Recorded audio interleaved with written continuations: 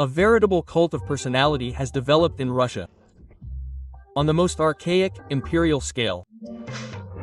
For years, Putin, like a true totalitarian Führer, has been molded into a golden calf, worshipped by peasants from Kaliningrad to Kamchatka. Congratulations, Vladimir Vladimirovich, my golden one. Vladimir Vladimirovich, well done. He's setting an example for the West on how to operate. Propaganda presents Putin as the father of the nation, a prophet leading the people out of the wilderness of the 1990s. And he's alive, like Achilles. He just has no weak spots. Where would you be, scum, if Putin hadn't come to power in 2000? What kind of dump would you be living on now? The question is rhetorical. Nothing good, if you believe the pro-government media and officials. Russia won't survive without Putin. They write about Putin in school textbooks, draw icons about him, and quote him in kindergartens. The slogan, "No Putin, no Russia," is the official ideology of the Russian right. There's a clear understanding that no Putin, no Russia today, and therefore only consolidation around the president in support for his position can save us.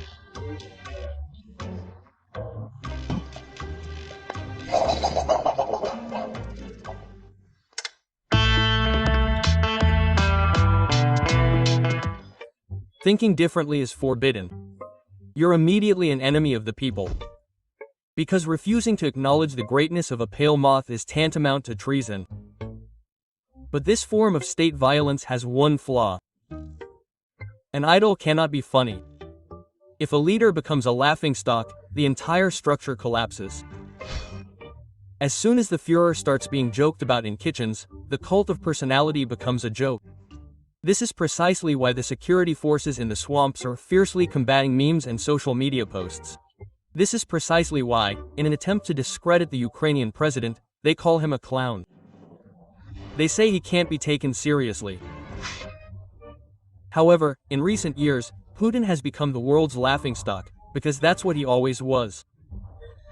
And it's becoming increasingly difficult for propaganda to hide this dwarf-like walking joke from the population.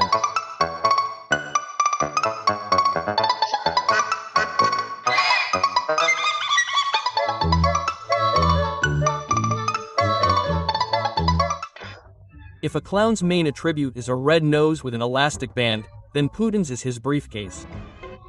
As everyone knows, it doesn't have a red button, but a brown one. Who's that, and what's that? Ellipsis stop. Oh, and who's that here? It's no secret that Putin has a colonel lugging around a portable diaper depot. Putin is so paranoid that he's afraid Western and Ukrainian intelligence agencies will steal his kavaliki and create a genetic weapon against his lordship. That's why the great leader of a 1,000-year-old superpower and supreme commander of the world's second-largest army quietly defecates in his briefcase in a corner, like a drunken high school student at graduation. Vladimir Vladimirovich Putin, take me to war. Legend has it that the briefcase truly contains Putin's super-powerful weapon. But it's not a nuclear button, it's something far more terrifying. A demon, like no other born in this world. You'll agree, it's hard to worship a leader who, out of fear, shits in a suitcase. Stalin, like a true idol, boldly, in his pants and died. But he's still a respected figure among the patriots. Our Gen VSEK lies in a puddle of some kind of shame. Yes, he's a little ill. And Putin is simply ridiculous, even worse. He's pathetic.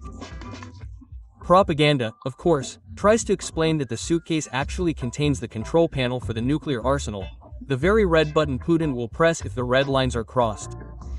But the red lines have long since been crossed, and the button itself is a highly mythical thing. Only in an inflamed, Z-brained mind, filled with the toxin of greatness, is the belief that one button can destroy the United States of America based. Of course. It all works a little differently. The Minister of Defense and the Chief of the General Staff also have such suitcases. And they don't contain a button, but a terminal for entering a code. To launch a missile, all three need to enter a code and transmit a signal to the missile forces. Soldiers are already sitting in the silo, preparing the launch. and it's crucial that the person who personally pulls the nuclear trigger does so. And this raises some questions. Who would want to be responsible for Armageddon on the orders of the walking meme? Putin is a laughingstock, so it's not at all certain that his order would be carried out locally. It's possible. In fact, it's not uncommon. We were being disingenuous when we said that Putin, unlike Achilles, has no weak points. He does. And the funniest thing is that they're his heels. It's not for nothing that Putin is also called a dwarf on stilts or a bar on stilettos. The Führer has a huge insecurity about his height, so Russian scientists work day and night to improve and camouflage his heels.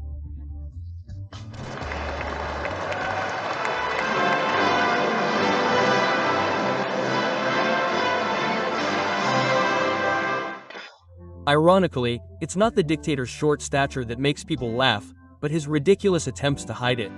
It even reaches the point of absurdity. To avoid detection, Putin wears special shoes. More accurately, they're not shoes, but rather a solid heel. Netizens have drawn attention to the Kremlin ruler's footwear. Published footage clearly shows that Putin's shoes have hidden heels. The heel area is particularly noticeable. This isn't the first time Putin has been seen wearing heeled shoes. Footage from one of Putin's press conferences was previously circulated online. In the photos and videos, the dictator appeared in oddly shaped shoes, as the Telegram channel Kremlin Wind reported at the time. Those legendary PANA codes were revealed. As we can see, with such stiff heels, Putin's legs assume very unnatural positions that would make even an experienced orthopedist feel ill. With his heels, Putin is literally screaming to the world about his insecurity and insecurities. It's a classic Napoleon complex. However, despite being the same height as Putin, the difference in their personalities is colossal. Napoleon was loved and respected even by his enemies, and even primarily by his enemies. And Putin on stilts is a parody of a leader. Watching him twitch his feet in his stilts is a joy. He's the best comedy character of the year. There was an episode near the end of the Putin-Trump meeting, when Putin stood and twitched his legs. You could tell he had some kind of device that started on his foot and ended on the floor. And this device was about 15 to 20 centimeters long. If Koshchei's death is in an egg, then Putin's death is in a sock. Incidentally, the Führer is self-conscious not only about his height but also about his own face. Pale Chuchundra is afraid of aging, so his best friend isn't Kim Jong-un or even Lukashenko, but His Majesty Botox. Perhaps there's so much of it in Putin's head that it's taken over his brain and is running Russia. Basically, if Botox has replaced Putin's brain, it explains his insane actions and deeds. It's crazy to mold a cult out of a man in heels with Botox syringes in his pockets, who shits in a suitcase behind the curtain. It's impossible. Despite his gigantic security and propaganda apparatus, Putin remains a small and worthless figure. He's cowardly, insecure, and stupid, which is why he's ridiculous. Why did they even let him out of the hospital?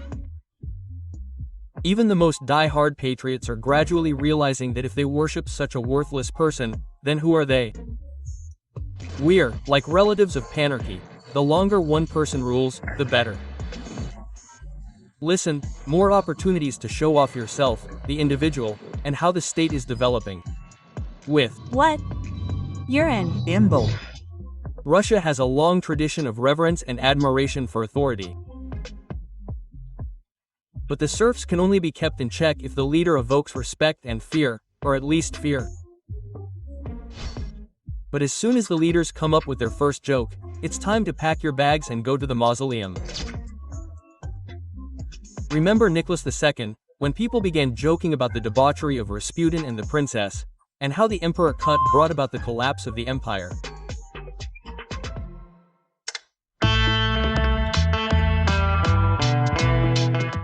I would like to remind you that this video is created for entertainment purposes and contains elements of satire and irony. All facts and events are presented in a hyperbolic or exaggerated form for comic or dramatic effect. We do not intend to mislead, but rather to emphasize the humor. Please take this with a smile.